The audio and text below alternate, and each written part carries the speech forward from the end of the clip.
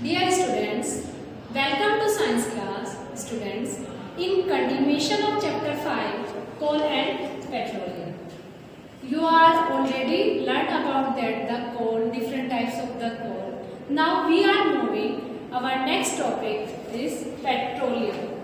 Students, petroleum is derived from the Latin word that means petra. Petra means rocks और oleum means oil. Rocks क्या होती है? जो चट्टानें होती हैं, जो चट्टानों में से हमें ऑयल मतलब मिलता है, ऑब्टेन करते हैं, वो क्या होता है आपका पेट्रोलियम.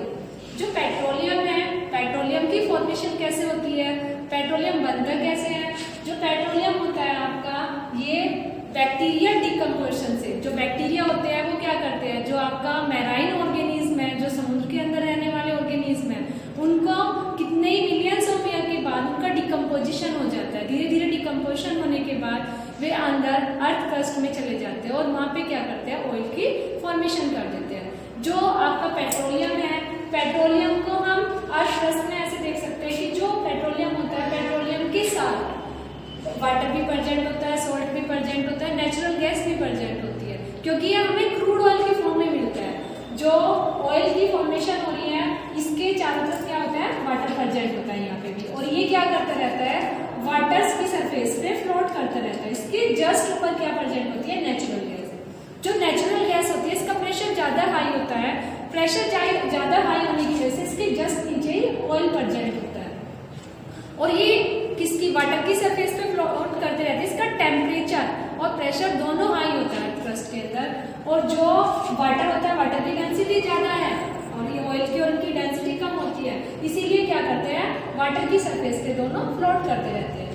फिर हम जब इनको कैसे फाइंड आउट करते हैं, जो ये आपकी ऑयल वेल्स होती है, ऑयल वेल्स की हेल्प से हम क्या करते हैं, जब हम पेट्रोलियम को ऑब्टेन करते हैं, वो नेचुरल गैस भी उसके साथ होती है और अदर चीजें भी होती है, तो वो क्रूड ऑयल के फॉर्म में हमें ऑब्टेन होता है. देन जो ये आपका पेट्रोलियम है, पेट्रोलियम को जो हम इकोनॉमी, इंडिया की इकोनॉमी कंट्री मतलब के हिसाब से भी हम देख सकते हैं, तो इसको ब्लैक गोल्ड के नाम से भी जाना जाता है पेट्रोलियम को, क्योंकि आपको पता है कि ये इसके मतलब जो रेट होते हैं वो काफी हाई होते हैं, तो इसी वजह से इसको ब्लैक गोल्ड के नाम से भी हम पेट्रोलियम को जानते हैं. नेक्स्ट इसकी जो अक्वेंस है पेट्रोलियम, ये जो आपका मतलब डिफरेंट कंट्रीज में जो पेट्रोलियम है आपका सबसे ज्यादातर ये जो है आपकी जो यूएसए है, USA is the best producer of the petroleum. 50% जो आपका पेट्रोलियम होता है वो कहाँ से आपका आता है, यूएसए से. और जो इसमें इंडिया में भी जो कुछ आपके स्टेट्स है जहाँ पे पेट्रोलियम मिलता है, आसाम, गुजरात, और जो डेल्टाज है कृष्णा और कावेरी जो हमारे रिवर है, उनके डेल्टाज में भी पेट्रोलियम आपको ऑब्टेन होता है. नेक्स्ट है हमारा जो रिफाइनिंग. अब जो पेट्रोलियम है, पेट्रोलियम की रिफाइनिंग कैसे करते हैं, कैसे इसको प्यूरिफाई करते हैं, क्योंकि ये क्रूड ऑयल के फॉर्म में होता है. इसके लिए जो पेट्रोलियम की रिफाइनिंग करेंगे हम, पेट्रोलियम के जो क्रूड ऑयल होता है उसको फ्रैक्शनल डिस्टिलेशन. फ्रैक्शनल डिस्टिलेशन में क्या होता है कि एक बहुत बड़ी फर्नेंसिस होती है, बहुत बड़ी मतलब एक टाइप की जो भट्टी टाइप नहीं होती, काफी बड़ी, ये जैसे इसका कॉलम दिखा रखा है फ्रैक्शनल. इसमें इसका टेम्परेचर जो होता है वो 350 या 400 डिग्री सेल्सियस रखा जाता है.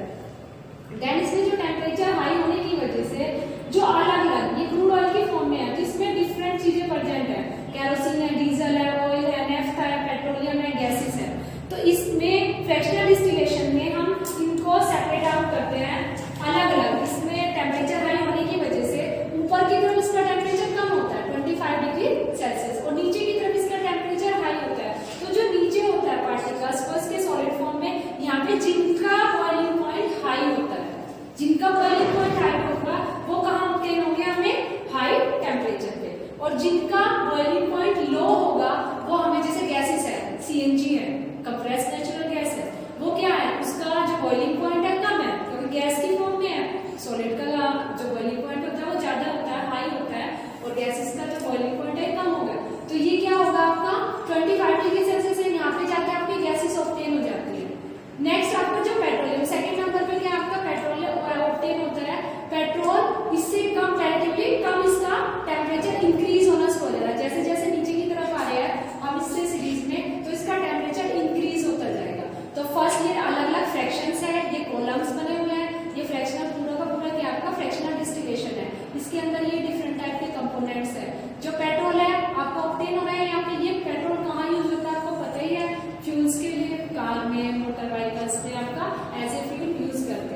सेकंड हो गया आपका नेफ्था।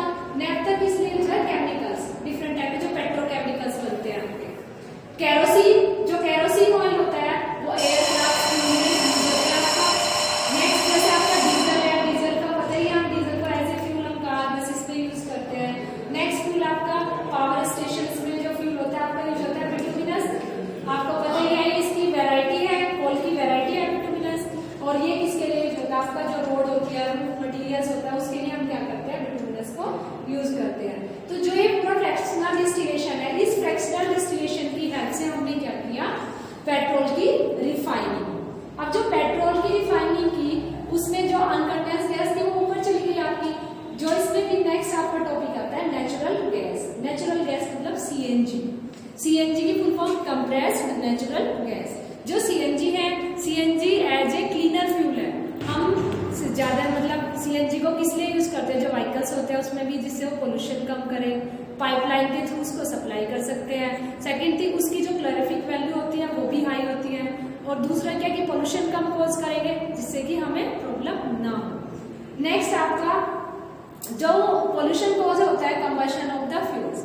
जब फ्यूल्स की बर्निंग होगी तो उससे क्या हो रहा है? डिफरेंट टाइप की हार्मफुल गैसेस एटमॉस्फेयर में रिलीज होती है। जो डिफरेंट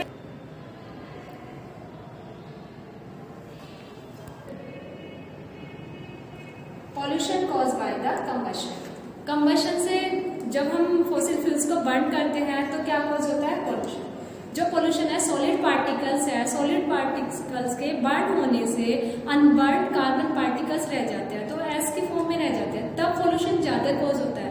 और उससे जो हार्मफुल गैसेस एटमॉस्फेयर में जाती है तो वे क्या करती है? कुछ एलर्जिक प्रॉब्लम कॉज कर देती है, रेस्पिरेटरी डिजीज कॉज कर देती है। इसकी वजह से क्या होता है कि जो आपकी हार्मफुल गैसेस एटमॉस्फेयर में जा रही है, उससे क्या होता है कि जो CO2 की कंसंट्रेशन है वो एटमॉस्फेयर में इंक्रीज हो रही है। Increasing the concentration of the CO2 in the atmosphere. और उस कंडीशन में जो अर्थ का टेम्परेचर है वो भी इंक्रीज हो रहा है। जो अर्थ का टेम्परेचर इंक्रीज हो रहा है वो क्या कर रहा है? ग्रीन हाउस इफेक्ट कॉज कर रहा है। और ग्रीन हाउस इफेक्ट किस चीज को लीड करता है? ग्लोबल वार्मिंग को।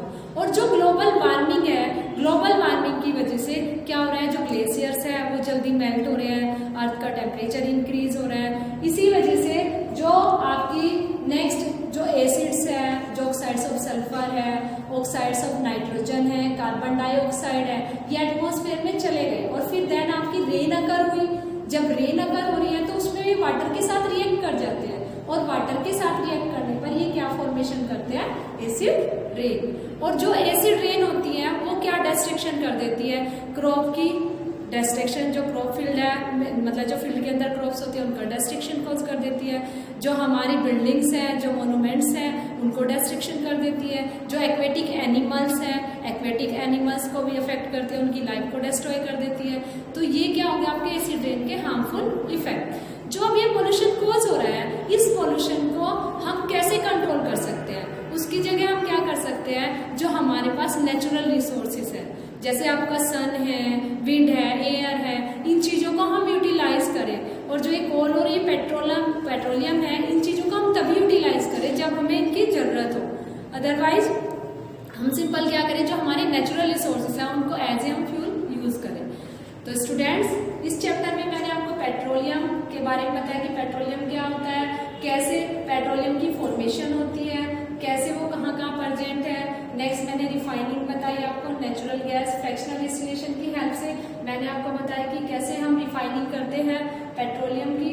और नेक्स्ट आपको नेचुरल गैस और pollution cause by the combustion of different types of the fuel. I hope students ये कंटेंट आपको समझ में आया होगा। Thank you. Pollution cause by the combustion of fuels. जो फ्यूल्स का कंबशन होता है, जो सॉलिड पार्टिकल्स है, उनका कंबशन होने से अनबर्न कार्बन पार्टिकल्स एटमॉस्फेयर में रह जाते हैं। उन अनबर्न कार्बन पार्टिकल से एटमॉस्फेयर में आपका एयर पोल्यूशन, वाटर पोल्यूशन और गैसेस पोल्यूशन कॉज हो रहा है। और उसकी वजह से जो कार्बन डाइऑक्साइड है, कार्बन डाइऑक्साइड की कंसंट्रेशन एटमॉस्फेयर में इंक्रीज होने से क्या हो रहा है आपका? उसकी जो रेडिएशन आ रही है, इंफ्रा रेडिएशन है, अर्थ उसको एब्जॉर्ब कर लेती है। और क्या कॉज होता है आपका? Green house effect. और जो ग्रीन हाउस इफेक्ट है वो किसको कॉज कर रहा है? आपका ग्लोबल वार्मिंग को। ग्लोबल वार्मिंग में जो आपका कंसंट्रेशन इंक्रीज होने की वजह से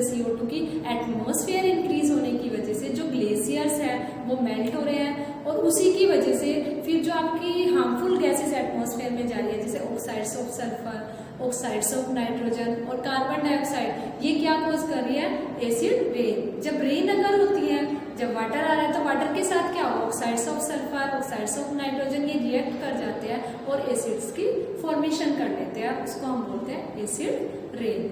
जो एसिड रेन है वो क्या करती है? सॉइल की फर्टिलिटी को डिस्ट्रॉय कर देती है, एक्वेटिक एनिमल्स को अफेक्ट करती है, जो आपके बिल्डिंग्स हैं, मॉन्यूमेंट्स हैं, उनको अफेक्ट कर रही है एसिड रेन की वजह से। इसकी वजह से हम जो पोल्यूशन हो रहा है इसको हम कैसे कंट्रोल कर सकते हैं? इसको कंट्रोल हम कर सकते हैं कि जो हमारे रिन्यूएबल सोर्सेस हैं उनको हम यूज करके, जैसे सनलाइट हो गई आपकी, वाटर, टेम्परेचर, एयर, इन चीजों को हम यूटिलाइज करके, और जो अदर हमारे कन्वेंशनल मेथड है जैसे आप कोल, पेट्रोलियम, ये जितने भी हमारे यूज है इनको हम तभी यूज करें जब इनकी नेसेसरी हो, जब हमें इनकी जरूरत हो तभी हमें इन्हें यूज करना चाहिए। अदरवाइज हमें जो रिन्यूएबल सोर्सेस है उन्हें ज्यादा यूज करना चाहिए। ये आपका स्टूडेंट्स, आज मैंने आप लोगों को पेट्रोलियम के टाइप्स बताया, आपको पेट्रोलियम बताया, formation of petroleum, occurrence of petroleum, refining of petroleum by the fractional distillation. Next natural gas CNG, आपका pollution cause by the combustion of fuels. I hope students ये आपको कंटेंट अच्छे से समझ आया होगा और थैंक यू।